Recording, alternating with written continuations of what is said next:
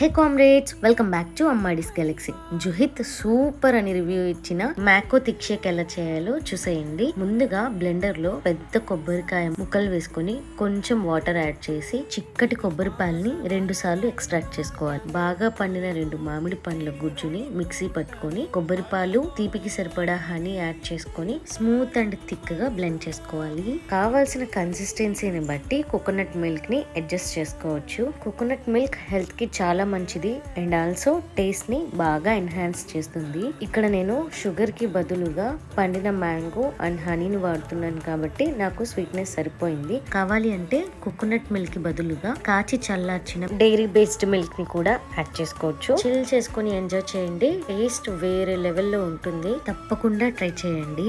నచ్చితే like, share and subscribe to Ammadi's Galaxy.